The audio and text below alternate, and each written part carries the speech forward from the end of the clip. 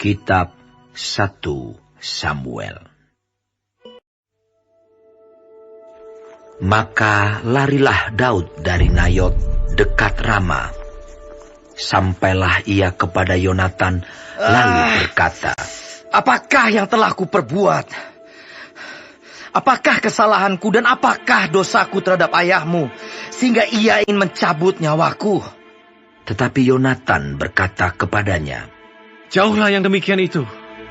Engkau tidak akan mati dibunuh. Ingatlah, ayahku tidak berbuat sesuatu, baik perkara besar maupun perkara kecil, dengan tidak menyatakannya kepadaku. Mengapa ayahku harus menyembunyikan perkara ini kepadaku? Tidak mungkin."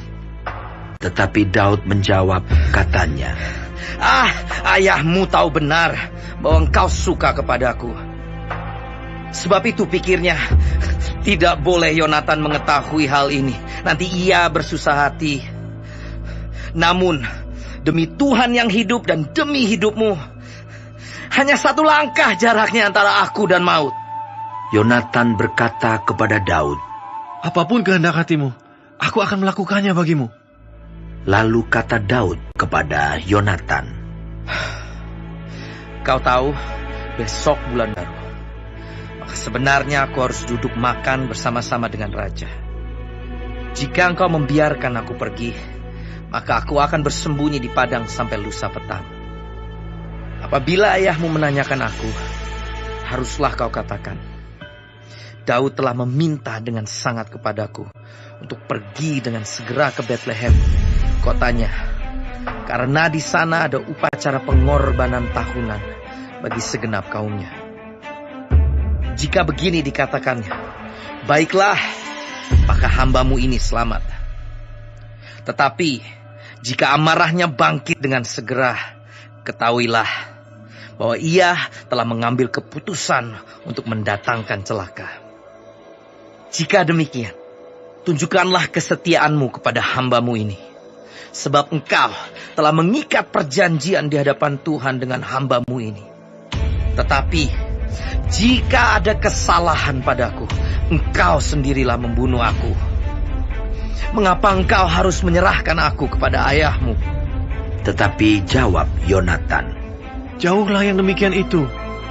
Sebab jika aku ketahui dengan pasti bahwa ayahku telah mengambil keputusan untuk mendatangkan celaka kepadamu, masakan aku tidak memberitahukannya kepadamu?" Lalu bertanyalah Daud kepada Yonatan, "Siapakah yang akan memberitahukan kepadaku apabila ayahmu menjawab engkau dengan keras?" Kata Yonatan kepada Daud, "Marilah kita keluar ke padang." Maka keluarlah keduanya ke padang. Lalu berkatalah Yonatan kepada Daud, "Demi Tuhan Allah Israel, besok atau lusa, kira-kira waktu ini, aku akan memeriksa perasaan ayahku. Apabila baik keadaannya bagi Daud, masakan aku tidak menyuruh orang kepadamu dan memberitahukannya kepadamu? Tetapi apabila ayahku memandang baik untuk mendatangkan celaka kepadamu, beginilah kiranya Tuhan menghukum Yonatan. Bahkan lebih lagi daripada itu, sekiranya aku tidak menyatakannya kepadamu dan membiarkan engkau pergi, sehingga engkau dapat berjalan dengan selamat. Tuhan kiranya menyertai engkau, seperti ia menyertai ayahku dahulu. Jika aku masih hidup, bukankah engkau akan menunjukkan kepadaku kasih setia Tuhan? Tetapi jika aku sudah mati, janganlah engkau memutuskan kasih setiamu terhadap keturunanku sampai selamanya. Dan apabila Tuhan melenyapkan setiap orang dari musuh Daud dari muka bumi, janganlah nama Yonatan terhapus dari keturunan Daud, melainkan kiranya Tuhan menuntut balas daripada musuh-musuh Daud." Dan Yonatan menyuruh Daud sekali lagi bersumpah demi kasihnya kepadanya, sebab ia mengasihi Daud seperti dirinya sendiri. Kemudian berkatalah Yonatan kepadanya, "Besok bulan baru, maka engkau nanti akan ditanyakan, sebab tempat dudukmu akan tinggal kosong. Tetapi lusa, engkau pasti akan dicari. Engkau harus datang ke tempat engkau bersembunyi pada hari peristiwa itu, dan duduklah dekat bukit batu. Maka aku akan memanahkan 3 anak panah ke samping batu itu, seolah-olah aku membidik suatu sasaran. Dan ketahuilah, aku akan menyuruh bujangku, pergilah mencari anak-anak panah itu. Jika tegas kukatakan kepada bujang itu, lihat anak-anak panah itu lebih kemari, ambillah, maka datanglah. Sebab demi Tuhan yang hidup, engkau selamat dan tidak ada bahaya apa-apa. Tetapi jika begini kukatakan kepada orang muda itu, lihat anak-anak panah itu lebih ke sana, maka pergilah, sebab Tuhan menyuruh engkau pergi. Tentang hal yang kita janjikan itu, antara aku dan engkau, sesungguhnya Tuhan ada di antara aku dan engkau sampai selamanya. Sesudah itu bersembunyilah Daud di padang. Ketika bulan baru tiba, duduklah raja pada meja untuk makan. Raja duduk di tempatnya seperti biasa, dekat dinding. Yonatan berhadapan dengan dia. Abner duduk di sisi Saul, tetapi tempat Daud tinggal kosong. Dan Saul tidak berkata apa-apa pada hari itu, sebab pikirnya, barangkali ada sesuatu yang terjadi kepadanya. Mungkin ia tidak tahir. Ya, tentu ia tidak tahir. Tetapi pada hari sesudah bulan baru itu, pada hari yang kedua, ketika tempat Daud masih tinggal kosong, bertanyalah Saul kepada Yonatan, anaknya. Mengapa anak Isai tidak datang makan, baik kemarin maupun hari ini? Jawab Yonatan kepada Saul, Daud telah meminta dengan sangat kepadaku untuk pergi ke Betlehem. Katanya, biarkanlah aku pergi, sebab ada upacara pengorbanan bagi kaum kami di kota, dan saudara-saudaraku sendirilah yang memanggil aku. Oleh sebab itu, jika engkau mengasihi aku, berilah izin kepadaku untuk menengok saudara-saudaraku. Itulah sebabnya ia tidak datang ke perjamuan raja. Lalu bangkitlah amarah Saul kepada Yonatan, katanya kepadanya, Anak sundal yang kurang ajar! Bukankah aku tahu bahwa engkau telah memilih pihak anak Isai, dan itu noda bagi kau sendiri dan bagi perut ibumu? Sebab sesungguhnya selama anak Isai itu hidup di muka bumi, engkau dan kerajaanmu tidak akan kokoh. Dan sekarang, suruhlah orang memanggil dan membawa dia kepadaku, sebab ia harus mati. Tetapi Yonatan menjawab Saul ayahnya itu, katanya kepadanya, Mengapa ia harus dibunuh? Apa yang dilakukannya? Lalu Saul melemparkan tombaknya kepada Yonatan untuk membunuhnya. Maka tahulah Yonatan bahwa ayahnya telah mengambil keputusan untuk membunuh Daud.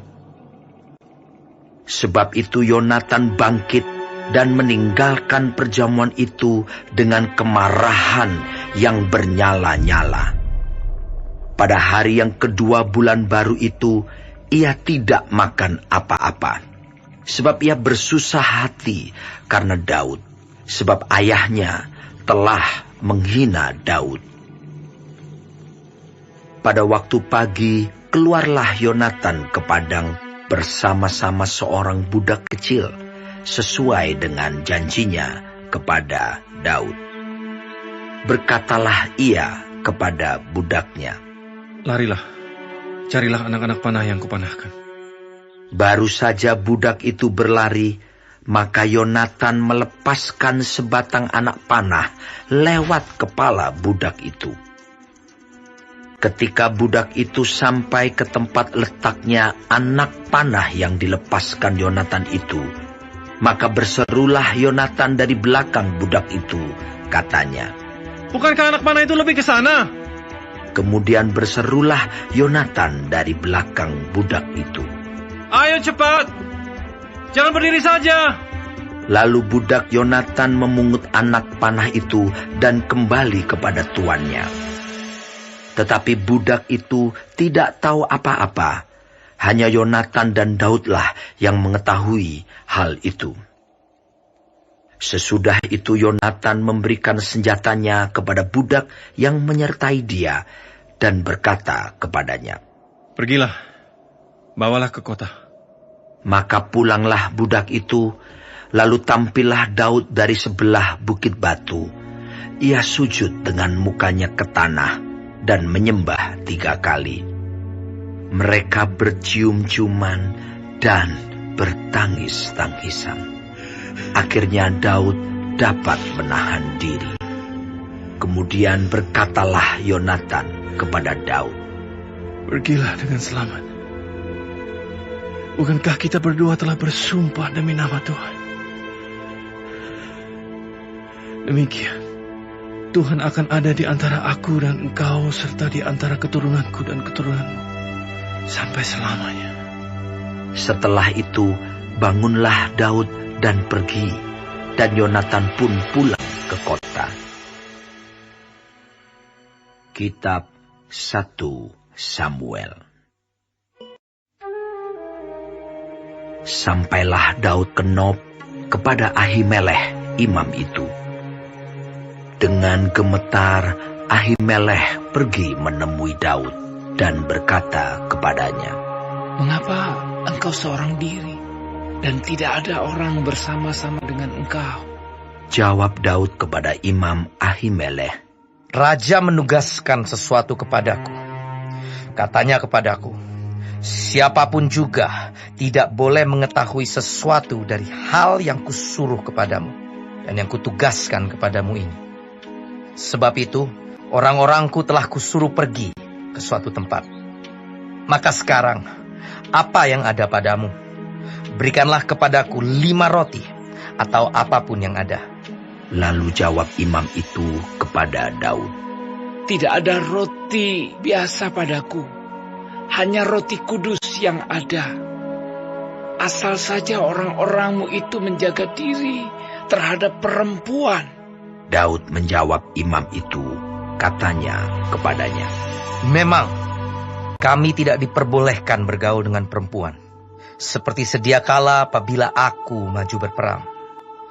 Tubuh orang-orangku itu tahir, sekalipun pada perjalanan biasa, apalagi pada hari ini, masing-masing mereka tahir tubuhnya.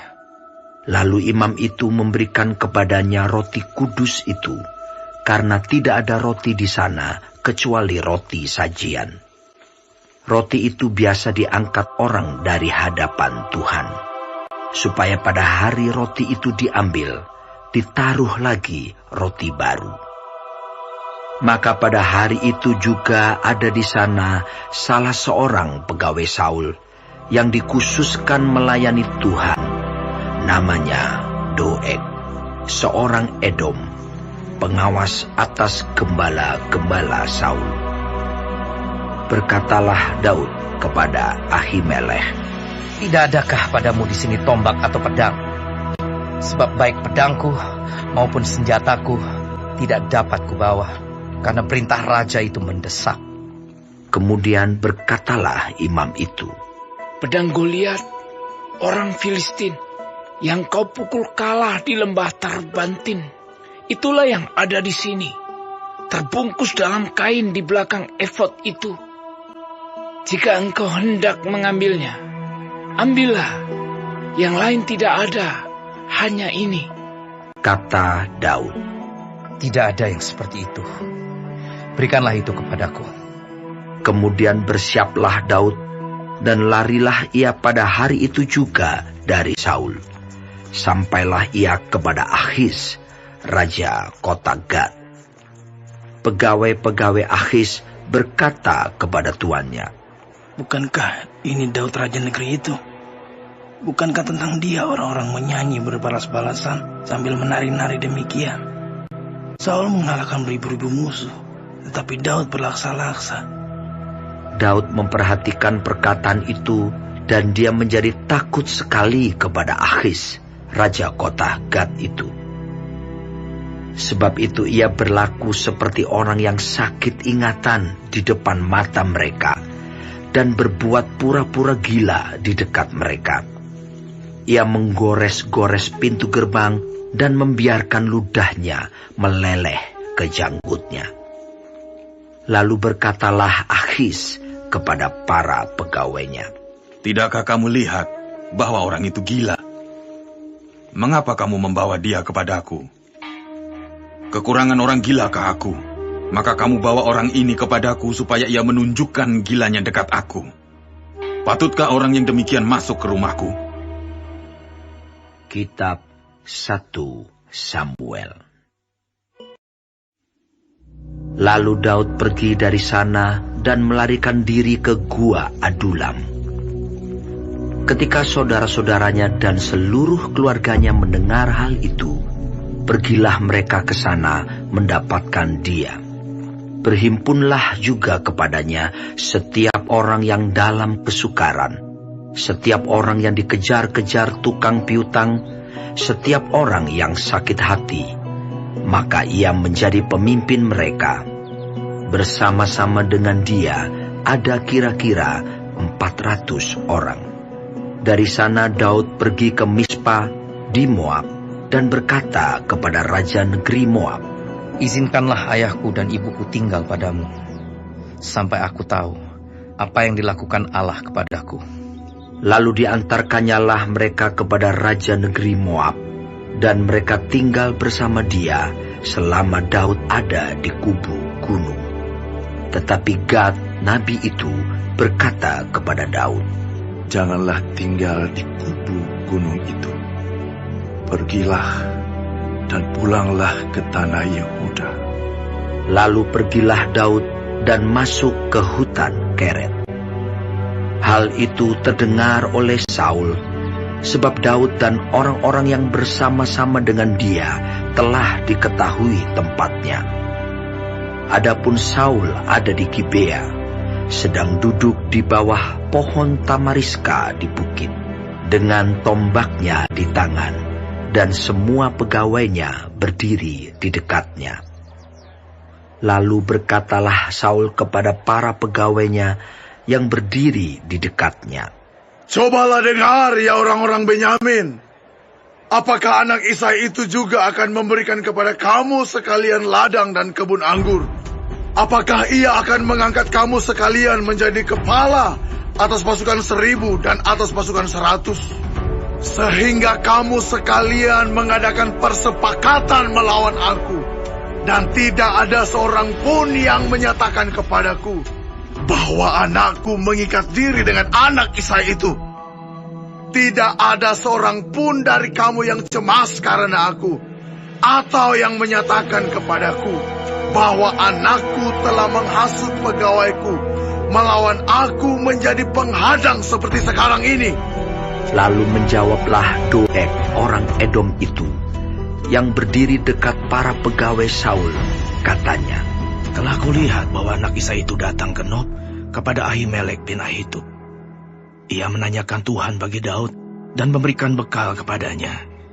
Juga pedang Goliat orang Filistin itu diberikannya kepadanya. Lalu raja menyuruh memanggil Ahimelek bin Ahitub, imam itu, bersama-sama dengan seluruh keluarganya, para imam yang di Nob, dan datanglah sekaliannya menghadap raja. Kata Saul, Cobalah dengar, ya anak Ahitub. Jawabnya, Ya, tuanku. kemudian bertanyalah Saul kepadanya, Mengapa kamu mengadakan persepakatan melawan aku? Engkau dengan anak Isai itu, dengan memberikan roti dan pedang kepadanya, menanyakan Allah baginya, sehingga ia bangkit melawan aku, menjadi penghadang seperti sekarang ini. Lalu Ahimelek menjawab raja, Tetapi siapakah di antara segala pegawaimu yang dapat dipercaya seperti Daud? Apalagi ia menantu raja dan kepala para pengawalmu dan dihormati dalam rumahmu. Bukan ini pertama kali aku menanyakan Allah bagi dia. Sekali-kali tidak. Janganlah kiranya raja melontarkan tuduhan kepada hambamu ini, bahkan kepada seluruh keluargaku, sebab hambamu ini tidak tahu apa-apa tentang semuanya itu, baik tentang perkara kecil maupun perkara besar. Tetapi raja berkata, Engkau mesti dibunuh, Ahimelek. Engkau dan seluruh keluargamu.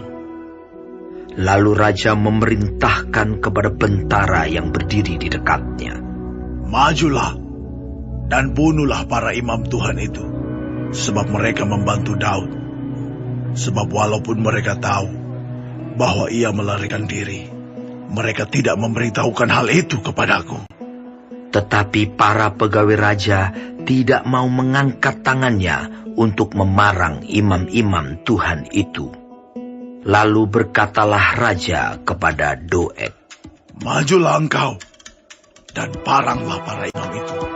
Maka majulah Doeg, orang Edom itu, lalu memarang para imam itu. Ia membunuh pada hari itu 85 orang yang memakai baju efod dari kain lenan.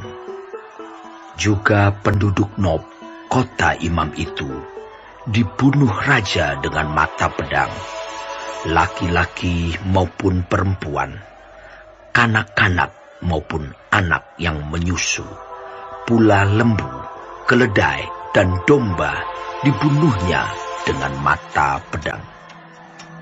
Tetapi seorang anak Ahimelech bin Ahitub, namanya Abiatar, luput. Ia melarikan diri menjadi pengikut Daud. Ketika Abiatar memberitahukan kepada Daud bahwa Saul telah membunuh para imam Tuhan, berkatalah Daud kepada Abiatar, Memang, pada hari itu juga ketika Doeg, orang Edom itu ada di sana, aku telah tahu bahwa pasti ia akan memberitahukannya kepada Saul. Akulah sebab utama daripada kematian seluruh keluargamu. Enggaklah padaku, janganlah takut. Sebab siapa yang ingin mencabut nyawamu, ia juga ingin mencabut nyawaku. Di dekatku engkau aman,